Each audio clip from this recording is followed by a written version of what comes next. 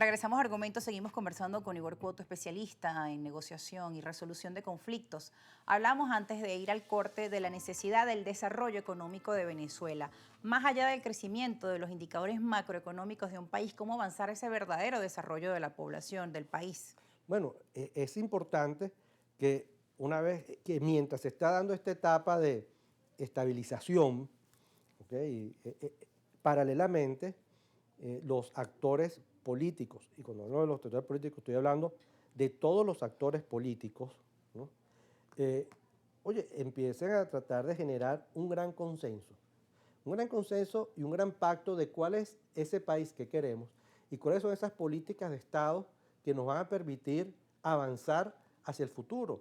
¿Cuáles son esas políticas de Estado las cuales que tenemos que defender en materia de educación, en materia económica, en materia institucional? Porque si no se genera un gran pacto, lo que vamos a tener es un cambio de gobierno y más nada. Y cuando llegue un nuevo gobierno, entonces vamos a ver las mismas diatribas, etcétera, inclusive algunos conflictos que se van a dar por el simple hecho de que tú me excluiste a mí y más nada. Entonces yo creo que es importante empezar a tratar de construir un gran consenso de cuál es el país que queremos. Y ese consenso tiene que nacer de las élites académicas, de las élites empresariales, de las élites políticas, y que nos permita y que nos muestren cuál es el país que todos queremos y que nos digan cómo vamos a lograr ese país que todos queremos y que nos digan cómo ellos van a trabajar en ese país que todos queremos y que nos va a beneficiar a todos. Porque de lo contrario, nada hacemos nosotros en Venezuela con apostar a un simple cambio de gobierno. Esto no es un tema de simple cambio de gobierno, esto es un tema de que necesitamos reinstitucionalizar el país, el Estado venezolano. Esto es un tema donde necesitamos saber cuál va a ser el rol de cada uno de los actores del país en impulsar el desarrollo de Venezuela.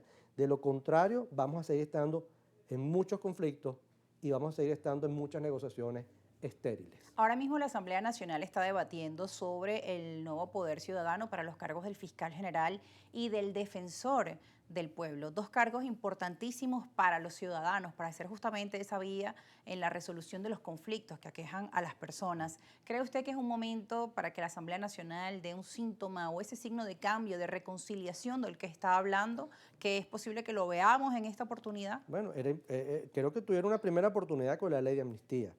Invitaron a académicos, invitaron a mucha gente a que dieran su opinión. La pregunta es, ¿todas esas observaciones y visiones se vieron plasmadas en la ley que finalmente se aprobó? La respuesta es no. Entonces, yo creo que sí. Pero hay avances. Pero, claro, pero es que, repito, hay avances. Pero no son suficientes Pero no desde son su suficientes. punto de vista. No son suficientes. Claro que hay que aplaudir todos los avances. Pero también hay un tema de disposición política, de entender de que el país cambió, de entender de que la gente quiere otro país y de entender de que, mira, Acción Democrática y COPEI, bueno, el pacto de punto fijo, bueno, ese sistema, el pacto de punto fijo, bueno, murió. No daba más respuesta al país de esa época, de finales de los 90, etcétera. Bueno, este sistema hoy en día no está dando la respuesta, no tiene capacidad, se tiene que renovar. Podemos caminar hacia un nuevo pacto entre todos los actores. Claro, hay que caminar hacia un nuevo pacto. Pero que incluya a todos los actores Bueno, realmente. y eso no implica que todos los actores tienen que estar de acuerdo con, pero sí que se tomen las observaciones de todos, de todas las visiones Aunque la Asamblea de todos los Nacional es de actores. mayoría oficialista, por ejemplo, en el caso que le preguntaba sobre el defensor y el fiscal. Claro, pero entonces, bueno, la gran pregunta es, bueno, si esto va a ser nuevamente entubado, no va a tener ningún sentido, lo que vamos a observar es mucho más críticas, etcétera, Sí. y va a generar mucho más conflicto. Y yo creo que incluso al gobierno lo que le conviene es que se hagan las cosas bien. Yo creo que al gobierno lo que le conviene y al partido de gobierno lo que le conviene es demostrar que realmente está abierto al cambio y que los cambios se están dando ciertamente. Y ojalá que la escogencia de un nuevo fiscal y un nuevo defensor del pueblo, bueno, respondan a los criterios que establece la Constitución y sean escogidos con base a lo que establece la Constitución y las leyes.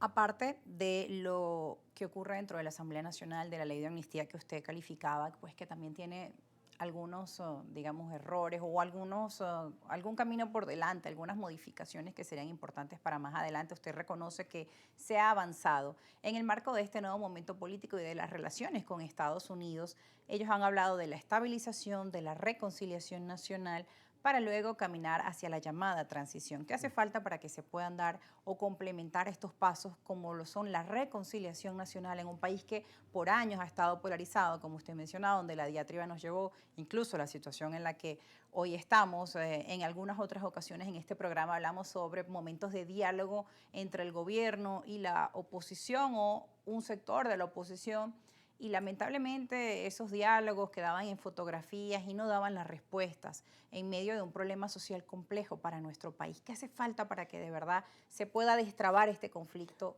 Bueno, yo creo que la liberación de todos los presos políticos, eh, que se restituyan los derechos políticos de todas aquellas personas que han sido inhabilitadas, que todas estas personas que de repente están en el extranjero puedan regresar al país y hacer vida política sin ningún Sí. tipo de trabas, que los medios de comunicación tengan libertad de expresión, que los invitados no tengan que autocensurarse o que los periodistas no tengan que censurarse, autocensurarse también, Claro, la libertad de los medios, la libertad de los medios. Creo que es expresión. importante, es decir, y esa libertad de los medios no significa, no da espacio al insulto ni nada, sino da espacio al televidente, Al debate de los al argumentos, debate de como los hemos hablado acá. argumentos, de las ideas, etcétera, y con base a eso, el televidente, el venezolano, puede decir, bueno, cuáles son las ideas que más les gusta, cuál es el país que ellos quieren, y puedan escuchar esa necesidad o ese arcoíris, diversidad de ideas, y con base a esa diversidad de ideas,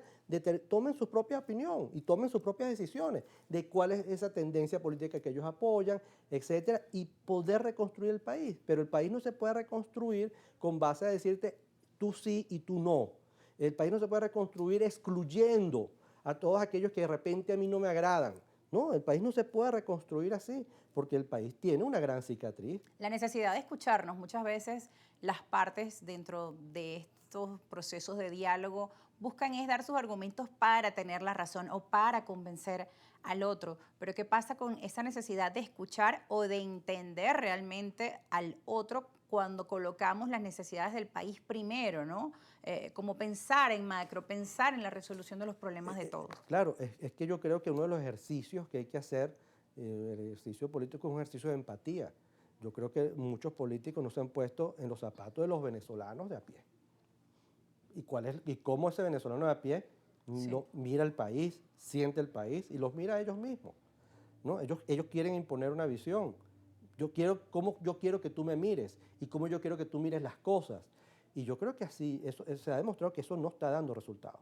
Entonces yo creo que es necesario un ejercicio de empatía, y que ese ejercicio de empatía, cuando los políticos, las élites, hagan ese ejercicio de empatía y entiendan cómo el pueblo mira el país, siente el país y lo mira a ellos, van a empezar a tener un discurso mucho más acorde a lo que el país realmente quiere y necesita y exige, y con base a eso den respuesta.